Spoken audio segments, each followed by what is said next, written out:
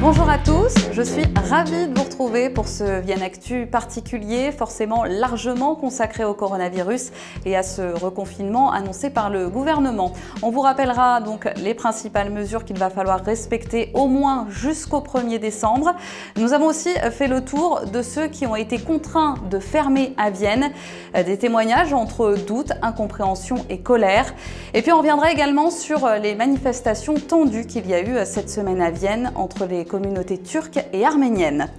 Avant ça, votre météo du week-end et on dirait qu'elle veut nous apporter un tout petit peu d'espoir. Vous aurez un beau soleil demain, malgré quelques brouillards matinaux et surtout des températures très douces, vous le voyez.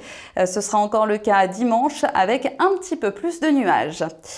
L'actualité cette semaine marquée forcément par ce reconfinement annoncé par le gouvernement. Il a commencé hier soir à minuit. Vous devez vous munir d'une attestation pour toute sortie. Il y a aussi quelques changements par rapport au printemps dernier. Les crèches, les écoles, les collèges et les lycées restent ouverts avec port du masque obligatoire dès 6 ans. Vous pouvez aussi vous rendre au travail si le télétravail n'est pas possible. Les parcs et les jardins restent aussi ouverts. Les sorties sont par contre toujours limité à 1 heure dans un périmètre d'1 kilomètre autour de chez vous. Bars, restaurants et commerces non essentiels ont donc fermé hier soir. Et à Vienne, où les indépendants sont importants, c'est un véritable coup de massue. L'ambiance était aussi morose hier matin quand nous les avons rencontrés. Eh bien, on n'est pas très content, hein, ça c'est sûr. On espère qu'on va avoir une dérogation pour pouvoir faire du drive. On va garder les commandes des clients. On va être présent au magasin, nous. Alors le magasin sera fermé, mais nous on sera présent. On va faire une permanence téléphonique. On va faire du Skype pour conseiller les gens. On est indépendant, donc nous on a la chance d'être assez souple sur notre fonctionnement. Et on va tout faire pour nos clients et pour que le Père Noël se prépare bien, il n'y a pas de souci. Voilà. Alors la nouvelle, très honnêtement, je m'y attendais parce que les événements montraient que de toute façon le reconfinement était inévitable. Après, je dirais que par rapport à la première vague, la surprise était moindre parce qu'on avait été habitué à être confiné une première fois. Par contre, je dirais que d'un point de vue économique, je me suis encore plus inquiétée parce que je me suis dit que là, ça allait être terrible pour tous les commerçants et les indépendants. Parce qu'on ne peut pas se contenter de se laisser confiner sans mener une action, parce qu'autrement on va mourir. Le centre-ville va mourir. Donc là, il y a urgence à trouver des solutions. Et je pense qu'il n'y a que les gens, nos clients, les gens qui peuvent, je dirais, nous aider et nous soutenir dans cette période qui va être très très difficile. J'avais déjà commencé sur la première période à faire en fait des shopping drive, c'est-à-dire à livrer mes clientes à domicile tout en respectant les règles sanitaires. Je pense qu'il ne faut pas qu'on s'arrête, il faut qu'on trouve une alternative à ce blocage qui à mon sens, est terrible, hein. Je pense qu'on vit quelque chose de très particulier et j'espère qu'il n'y aura pas une troisième vague parce que là le moral des gens par contre va être atteint, parce que là, même si on est positif, j'avoue qu'on a quand même eu un coup de massue derrière la tête et on a quand même accusé le coup, même si on s'y attendait à cette annonce. Voilà. C'est ridicule, c'est pas adapté, on laisse ouvert les grandes surfaces, on ferme les restos, on ferme les magasins de vêtements. Il n'y a pas d'intérêt, quoi, mais on peut quand même aller travailler pour les autres, quoi, hein, donc c'est à mon avis très inefficace et puis c'est inégal, c'est pas normal, quoi. On a déjà eu la fermeture des bars la semaine dernière, alors que les restos peuvent travailler entre les services. Alors moi je suis du bon côté, mais c'est pas normal non plus, quoi. Je vais essayer de faire un petit peu d'emporter, mais bon, je vais travailler tout seul. On ne sait pas tellement ce qu'on a le droit de faire ou pas. Faire de l'emporter c'est bien, mais à quel niveau? Moi, l'après-midi je fais pas mal de crêpes, de gaufres, de choses comme ça. Je ne sais pas si j'ai le droit de le faire.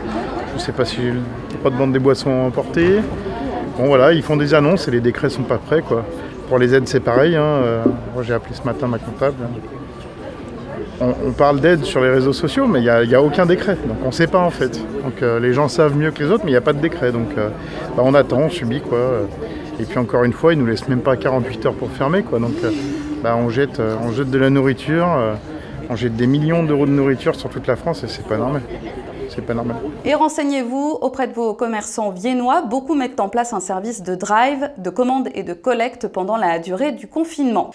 Sur le plan sanitaire, l'hôpital de Vienne a communiqué son dernier bilan hier. Il y a 87 patients Covid contre 13 il y a 10 jours. Vienne n'échappe pas à l'épidémie. Une nouvelle unité de 28 lits supplémentaires a été ouverte cette semaine et l'établissement doit faire face à un manque de personnel. Il a donc lancé un appel sur sa page Facebook. Médecins, infirmiers, aides-soignants sont recherchés. Vous pouvez vous manifester sur cette adresse mail dédiée.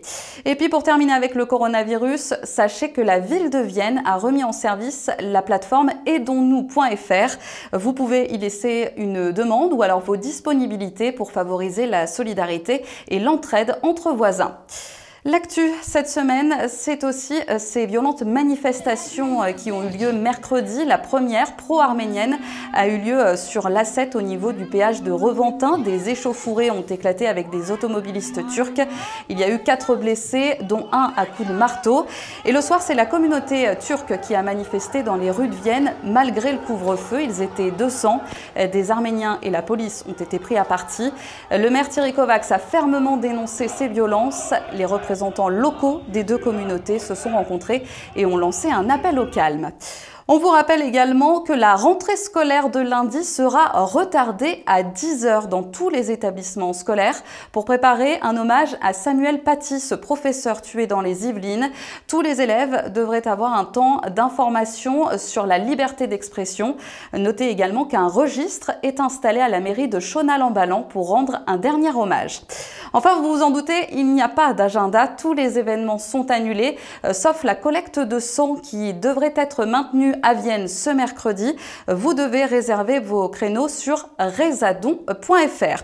Et puis allez, on se quitte avec des images de monstres. À défaut de pouvoir faire la tournée des maisons et des bonbons cette année, Luciole, la Petite Académie et Arcolore avaient lancé un concours de dessin. Les œuvres sont exposées dans la vitrine d'Arcolore, rue Joseph Brenier. Passez un bon week-end et on vous souhaite surtout très bon courage pour les prochaines semaines. À bientôt.